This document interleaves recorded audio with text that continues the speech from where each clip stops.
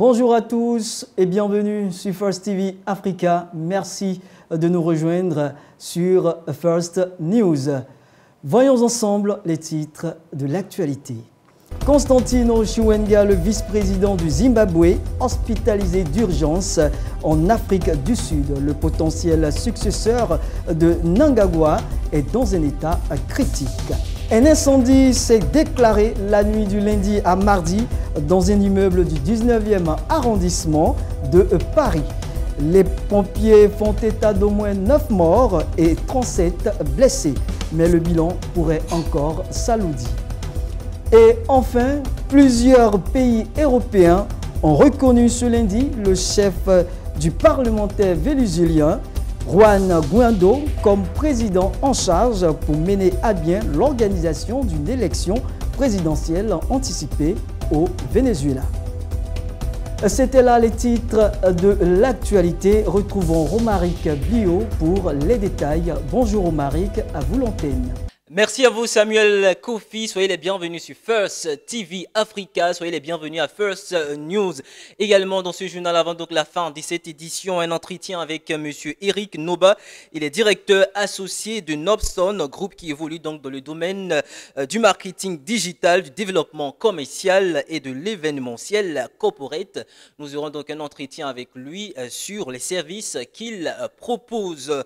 Le vice-président zimbabwéen Constantino Chiwenga a été transporté d'urgence dans un hôpital à Cape Town, en Afrique du Sud. L'homme âgé de 62 ans reste dans un état critique. Le gouvernement du pays ne fait aucun commentaire sur son état de santé. On en sait plus sur son hospitalisation dans ce reportage signé de nos confrères de Africa News.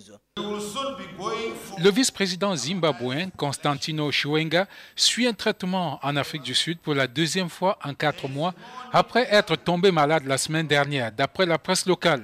La santé de Chiwenga, âgé de 62 ans, est suivie de près au Zimbabwe car il est largement perçu comme le potentiel successeur du président. On ignore de quoi il souffre.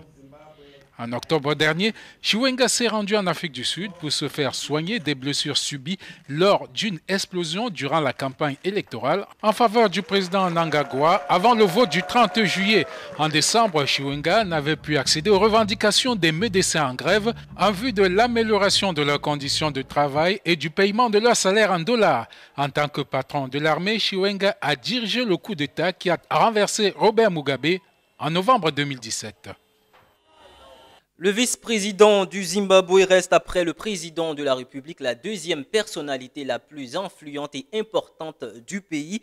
Comment est hiérarchisé donc ce gouvernement? On en sait plus dans cet élément signé Samuel Kofi. Le vice-président du Zimbabwe est le deuxième poste politique le plus élevé qui puisse être obtenu au Zimbabwe. À l'heure actuelle, 2 vice-présidents sont nommés par le président du Zimbabwe. Les vice-présidents sont désignés comme premier et deuxième dans la constitution du Zimbabwe. La désignation reflète leur position dans l'ordre de succession présidentielle. Sous le parti au pouvoir, le parti ZANU-PF, le poste de vice-président est classé au premier rang de l'ordre de succession, était traditionnellement réservé à un représentant de l'aile historique du parti. Depuis donc le début de cette semaine, le premier vice-président Constantino Chiwenga est hospitalisé. Aucun commentaire officiel n'a pu être obtenu du gouvernement. Le porte-parole du président, George Charamba, était injoignable. Cependant, l'agence de presse africaine, citant des sources fiable, a déclaré que le vice-président avait été amené à l'hôpital Groote Schuur en Afrique du Sud. En octobre dernier, Chiwenga était déjà rendu à Johannesburg où il avait reçu des soins pour les blessures subies lors de l'attentat à la bombe de juin pendant la campagne Mnangagwa à Bulawayo. En octobre dernier, Chiwenga s'était déjà rendu à Johannesburg où il avait reçu des soins pour les blessures subies lors de l'attentat à la bombe de juin pendant la campagne Mnangagwa. Âgé de 32 ans, Chiwenga, ancien chef de l'armée, avait dirigé le coup d'État de 2017 qui a précipité le dirigeant de longue date, Robert Mugabe. Il est largement perçu comme un potentiel successeur de Mnangagwa. En France, 9 personnes sont mortes dans un violent incendie d'un immeuble dans le 16e arrondissement de Paris, rue Erlanger.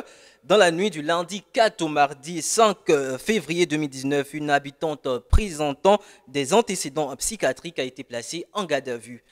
Plusieurs pays européens, dont la France, l'Allemagne, le Royaume-Uni, l'Espagne, ont reconnu Juan Guaidó comme président par intérim du Venezuela. Il a donc pour mission d'organiser des élections présidentielles dans les plus brefs délais. On en sait plus dans cet élément signé de nos confrères de France 24. La pression s'accentue sur Nicolás Maduro. C'est au tour de la France de reconnaître la légitimité de Juan Guaidó pour organiser une élection présidentielle. Les Vénézuéliens ont le droit de s'exprimer librement et démocratiquement. La France reconnaît Juan Guaidó comme président en charge pour mettre en œuvre un processus électoral. Nous soutenons le groupe de contact créé avec l'UE dans cette période de transition. Presque au même moment, 7 autres pays européens, dont l'Allemagne, le Royaume-Uni et l'Espagne, ont officiellement reconnu Juan Guaidó. Le gouvernement espagnol reconnaît officiellement le président de l'Assemblée du Venezuela, M. Guaidó, comme président en charge du Venezuela. Ces mêmes pays avaient lancé un ultimatum à Nicolás Maduro le 26 janvier dernier, l'appelant à convoquer une nouvelle élection présidentielle sous 8 jours. Samedi, le président vénézuélien a proposé des législatives anticipées, sachant que le Parlement est aux mains de l'opposition, mais il a écarté la tenue d'un scrutin présidentiel pour montrer qu'il ne cède pas à la pression. Celle exercée notamment par les pays membres du groupe de Lima, qui se réunissent en urgence ce lundi au Canada pour discuter de la crise au Venezuela. Les États-Unis, qui ont été parmi les premiers à apporter leur soutien à Juan Guaidó, n'écartent plus l'éventualité d'une intervention militaire. Qu'est-ce qui ferait que vous feriez intervenir notre armée au Venezuela? Je ne veux pas dire ça, mais c'est certainement quelque chose qui est sur le... C'est une option. De son côté, Nicolás Maduro peut compter entre autres sur le soutien de la Turquie, de la Chine et de la Russie. En réaction à la vague de soutien apportée à Juan Guaidó, le Kremlin a dénoncé une ingérence des Européens. Après donc l'expiration de l'ultimatum de plusieurs pays européens au président Nicolás Maduro, plusieurs responsables politiques ont clarifié leur position quant à la situation actuelle au Venezuela. Certains pays européens et américains reconnaissent donc Juan Guaidó comme président en charge pour mettre en œuvre un processus électoral. Mais la Russie, elle, alliée donc au président Nicolás Maduro, dénonce cette reconnaissance des pays européens. La Russie cite dans un article que c'est une ingérence directe et indirecte dans les affaires internes du Venezuela et qualifie également l'acte de tentative de légitimité d'usurpation du pouvoir. On en sait plus dans ce décryptage de Samuel Kofi. L'opposant Juan Guaidó a été reconnu comme président par intérim du Venezuela par 19 pays de l'Union européenne, aussitôt accusé par le président socialiste Nicolás Maduro de soutenir les plans putschistes des États-Unis. Tandis que les soutiens diplomatiques se multiplient, Juan Guaidó, 35 ans, tente d'organiser l'arrivée d'une aide humanitaire au Venezuela où la population subit d'importantes pénuries. Lundi, au lendemain de l'expiration d'un ultimatum européen, sonnant le président socialiste Nicolás Maduro de convoquer une élection présidentielle anticipée. 19 pays de l'Union européenne, dont le Royaume-Uni, la France et l'Allemagne, ont franchi le pas et ont reconnu Juan Guaidó. Ces soutiens dénoncés comme une ingérence par la Russie, l'un des principaux alliés de Nicolás Maduro, s'ajoutent à ceux des États-Unis, du Canada et d'une dizaine de pays d'Amérique latine, dont la Colombie et le Brésil. L'Union européenne reste cependant divisée. Le Venezuela a annoncé qu'il allait réévaluer intégralement ses relations diplomatiques avec les pays européens qui ont reconnu Juan Guaido. Et c'est l'heure de passer à l'entretien de ce journal avec Monsieur Eric Noba. Il est directeur associé de Nobson Group qui évolue donc dans le domaine du marketing digital, développement commercial et événementiel corporate. Bonjour monsieur. Bonjour monsieur. Et merci d'être avec nous. C'est moi qui vous remercie. Alors il y a un thème qui est sur toutes les lèvres, network, meetup, networking. Ouais. Alors pourquoi avez-vous initié ce genre de plateforme? D'accord, merci. Ouais, comme je disais, merci d'abord pour l'opportunité que vous nous donnez. Il faut dire que nous avons créé cet espace-là pour permettre aux Africains de pouvoir s'identifier en des modèles, des personnes qui ont un parcours exceptionnel. Et donc, meet-up pour dire rencontre, networking pour dire contact. Permettre aussi aux participants de pouvoir échanger entre eux leur carte de visite, leur modèle d'affaires qui pourrait éventuellement intéresser l'un ou l'autre, et afin de pouvoir développer leur business. Voilà un peu le cadre dans lequel nous nous situons par rapport au meet-up et du networking. D'accord. Voilà. Ce genre d'événement, ça existe ici en Abidjan. C'est quoi votre particularité? Faut dire que à travers, ou bien, je dis, contrairement à ce qui se fait déjà dans les meet-up, nous, on a une particularité. Comme je disais tout à l'heure, le partage d'expérience n'est pas forcément lié à l'invité. C'est-à-dire, si on invite une personnalité, c'est vrai qu'elle est la tête d'affiche, mais dans le business model même de notre activité, on donne la possibilité aussi aux startups ou aux entreprises présentes de pouvoir présenter leur business. Il y a un tirage au sort qui se fait de cartes de visite pour donner à ces personnes-là de pouvoir présenter leur business, ce que vous ne verrez pas ailleurs. Vous voyez un peu. Et après, il y a l'échange direct après l'événement entre l'invité et les participants. Il n'y a pas de barrière où lorsque l'invité finit, directement il part. Non, il y a un moment d'échange à travers le cocktail que nous faisons où les participants échangent directement et ils font des échanges de cartes de visite avec l'invité. Et dans notre principe, l'invité est tenu de venir avec plus d'une dizaine de cartes de visite pour permettre aux participants de retourner chez eux avec au moins la carte de visite pour entrer en contact avec lui. En un mot, voilà. Objectif de cette plateforme? Créer un cadre d'échange, de partage d'expérience et de développement personnel. Là, je vous invite à suivre un élément visuel. Nous allons le visualiser ensemble. Il s'agit donc de la 5e édition du Meetup Business. 5e édition donc avec monsieur Jean-Luc Conan. Et on se retrouve tout juste après pour continuer cette entrevue. D'accord. De vous recevoir, vous, M. Conan. Le Meetup Crescent, c'est un espace de partage d'expérience, de networking et de développement personnel. Alors, nous allons parler de votre parcours, de vos succès, de vos échecs, de comment vous avez monté Kofiga et quelles sont vos ambitions. Vous avez la parole, vous vous présentez et vous nous parlez de votre parcours. Alors moi, je suis marié, père de 3 enfants, j'ai 3 filles.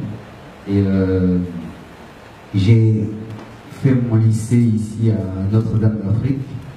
Et ensuite, j'ai fait mes études juste en 3e. Après, j'ai eu la chance d'aller, c'était au moment où il y avait les problèmes, les années blanches, j'ai eu la chance d'aller en France pour poursuivre mon parcours, où j'ai intégré l'Institut supérieur de gestion. Ensuite, j'ai fait un master en ingénierie financière et un DESS en banque finance en France.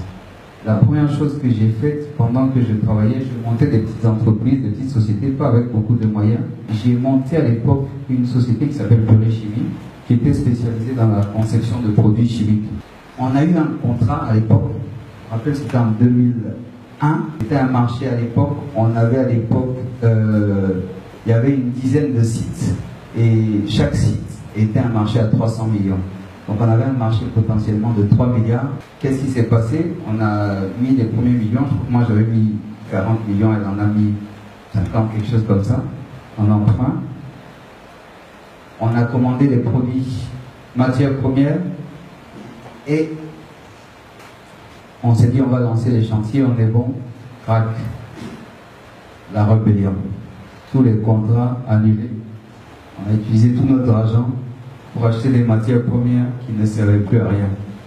Voilà une société qui se retrouve en faillite, qui marchait très fort parce qu'on a probablement voulu avoir des gros marchés concentrés. Alors nous venons de suivre à l'instant la 5e édition du Meetup Business avec M. Jean-Luc Conan. Alors comment se fait le choix de vos invités ressources? Oui, il faut dire que nous partons du parcours de l'invité. Il faut dire qu'en Afrique, nous avons une panoplie de personnalités dont le parcours est indescriptible. Et donc, en Côte d'Ivoire, d'abord, pour ceux qui sont déjà passés, nous avons d'abord regardé leur parcours, ce qu'ils ont créé qui impacte positivement leur environnement et je dirais même l'environnement ivoirien, africain. Et c'est à partir de cela que nous faisons le choix. Donc, il y a un certain nombre de personnalités que nous avons définies préalablement et au fur et à mesure, nous les contactons en fonction de leur emploi du temps et ceux qui sont réceptifs à une date donnée, automatiquement nous les positionnons, mais beaucoup plus par rapport à leur parcours. Voilà. Et africain surtout. Et africain. Est-ce qu'il y a une cible que vous visez? Une cible, bien sûr, il faut dire que nous avons 3 catégories. La première catégorie, c'est les startups. Les startups. Startups, on va mettre dans la même catégorie un startup et entrepreneur. Ensuite, il y a les jeunes cadres dynamiques. D'accord? Ceux qui sont déjà, on va dire, entre guillemets, les salariés. Les salariés, ok. Après, il y a les étudiants qui sont en fin de formation. C'est ceux-là qui sont prêts à entrer dans le monde professionnel. Donc, il faut leur apprendre l'esprit d'auto-emploi. Donc, il ne faudrait pas se mettre toujours dans la tête qu'il faut aller en entreprise, travailler, travailler, travailler. Il faut créer ce besoin-là en eux de créer eux-mêmes leur propre emploi. Donc, c'est ces 3 catégories-là qui représentent notre cible par rapport au meet-up que nous organisons. Alors, une autre question, est-ce que le public réagit-il bien face à vos différents meet-up et autres? Oui, avant de répondre à votre question, permettez-moi de revenir sur le Woman Time. Voilà, il faut dire qu'à la différence de ce que nous faisons avec le meet-up, que je peux appeler le meet-up business, avec les invités que nous avions déjà eus, il faut dire que le Woman Time a été entièrement consacré aux femmes. Pourquoi? Parce que ici, en Afrique, nous avons des femmes battantes qui ont un parcours exceptionnel. Mais il n'y a pas de cadre dédié aux femmes.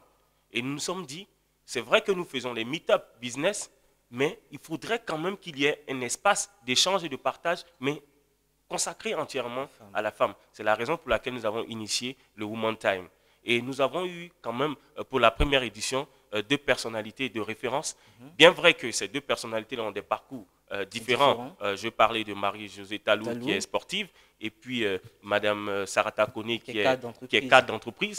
C'est vrai que les parcours sont différents, mais elles ont pratiquement le même objectif, c'est-à-dire la victoire au fil du compte. Vous comprenez? Donc, Sarata Kone, qui est centrée résultat, business et tout. Marie-Josée Talou, qui a la victoire au bout de tout ce qu'elle fait. Donc, on s'est dit que ces personnes ont certes le parcours différent, mais ont le même objectif. Et donc, c'est vraiment ce cadre-là que nous avons voulu mettre en place pour pouvoir valoriser la femme. Et le prochain, bon, on va continuer à votre question. Peut-être après, on pourra parler des prochains que... Objectif du Woman Time en un mot? On va dire donner la place que la femme mérite. Donner la place que la femme mérite. Moi, je pense que c'est très, très bien dit. Alors, quelles sont les mesures à prendre, selon vous, pour favoriser les investissements dans les meet-up?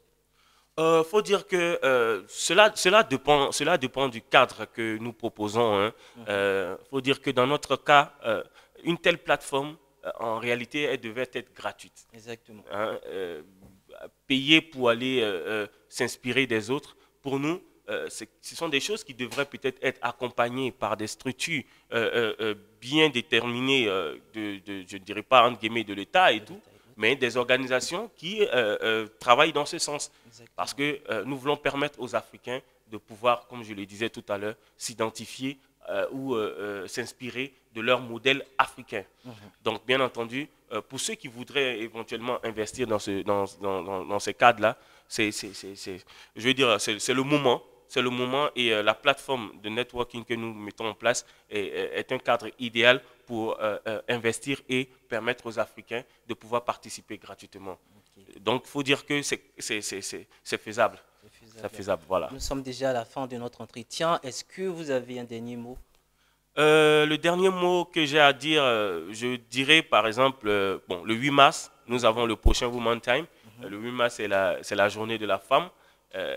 Et le 29 mars, nous avons un autre invité, le Meetup Business avec M. Charles Kié, qui fut directeur général d'EcoBank Nigeria. et qui est aujourd'hui manager de Africa New Capital. D'accord, ça marche. Voilà.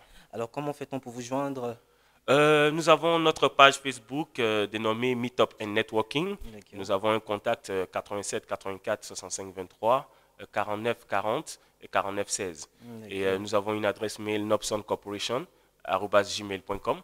Voilà, pour tous ceux qui voudraient participer ou pour les startups qui voudraient avoir de la visibilité pendant nos événements, voilà, ils peuvent nous contacter et puis je pense que ça sera chose faite. D'accord, merci à vous, Merci à monsieur vous Eric Noba. Je rappelle que vous êtes directeur associé de Nobson Group qui évolue donc dans le domaine du marketing digital, développement commercial et événementiel corporate. Merci. Merci à vous. Voilà, c'est la fin de ce journal. Merci de nous avoir suivis. Restez connectés à First TV Africa. Bonne suite de programme.